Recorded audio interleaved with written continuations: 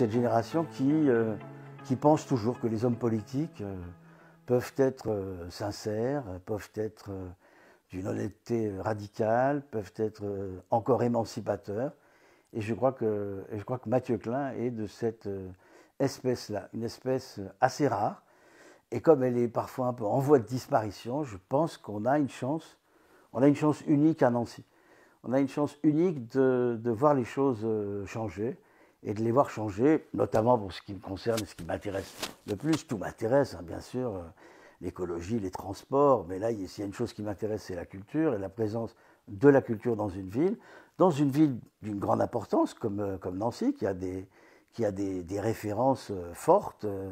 Je suis un fan, moi, de Prouvé, je suis un fan de l'école de Nancy, j'aime cette ville parce qu'elle a dans son ADN la volonté de l'émancipation et d'un rapport assez rare aussi entre l'avant-garde et le populaire, j'ai envie de dire. Et ça, je pense que Mathieu Klein, lors de son expérience au Conseil général, et notamment dans son rapport aux besoins et aux exigences des plus démunis, des plus pauvres, il a été toujours sur ce terrain et sur cette défense-là des plus démunis.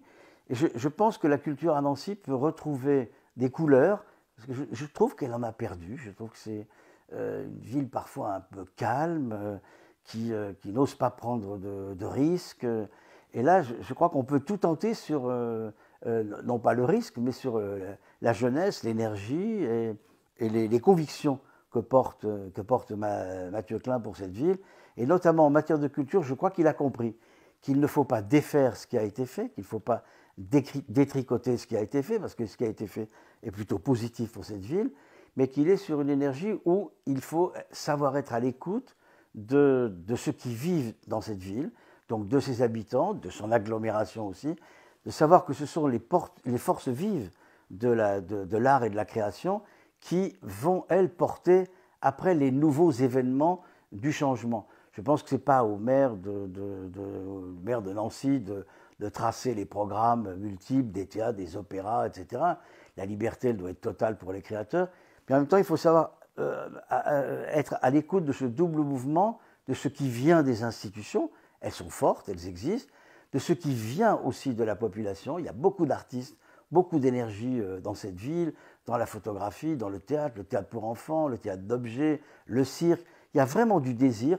Ce désir, je sais parce que je connais bien Mathieu, je sais qu'il est à l'écoute de ce qui est ascendant, de ce qui monte, et qu'il est à l'écoute aussi de ce qui vient des institutions.